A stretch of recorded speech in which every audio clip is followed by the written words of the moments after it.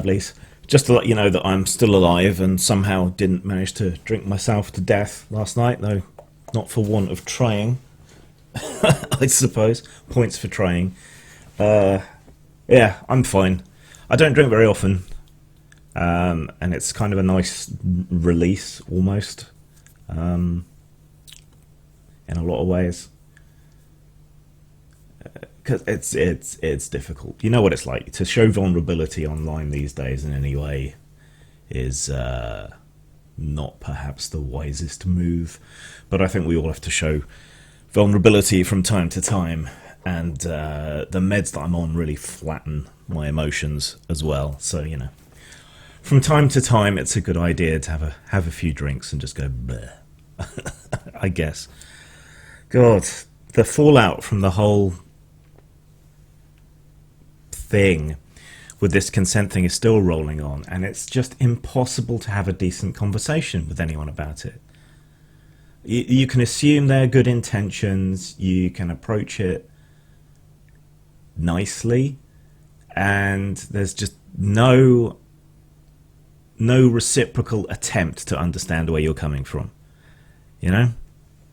It's just automatic assumption that you're some evil, I don't even know what, someone who doesn't care about consent or something, and it's just bizarre. I understand where they're coming from, why they're doing what they want to do. I just think the costs vastly outweigh the benefits, and that there are better ways to go about it, right? Like rating your game, giving very broad content. And the other thing that really bugs me is a lot of these people are on the left, right?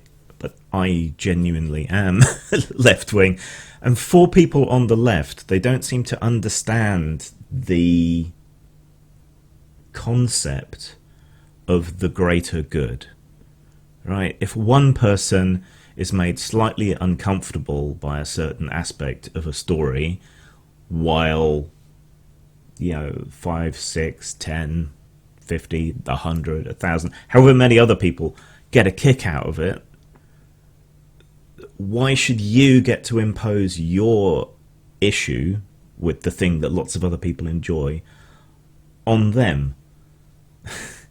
And a lot of the time, it's not a matter of mental health fragility or whatever else. And again, there's studies that show that this kind of mollycoddling is not helpful when it comes to those issues. As someone with mental health issues and an advocate, I find it worrying that the things they're engaging in, which for whatever reason they think will help, actually won't. And it's voluntary.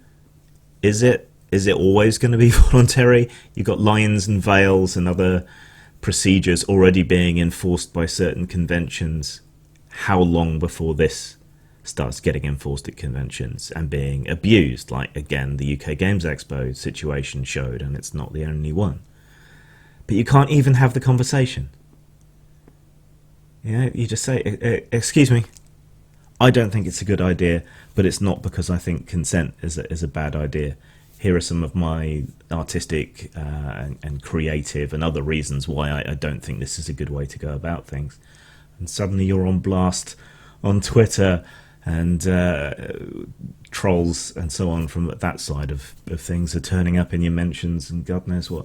It's just impossible. There's no communication to be had. And look, there are people reacting to this in a stupid and overblown way. Dracopol. And there are others who are using hyperbole, like comparing it to Maoism, pundit, which isn't necessarily helpful, though in that case I think it's a bit more accurate, because it's similar to struggle sessions and the way the Red Guard treated people in Mao's China in the Cultural Revolution. There are echoes of that, but to compare it directly with that seems a bit much.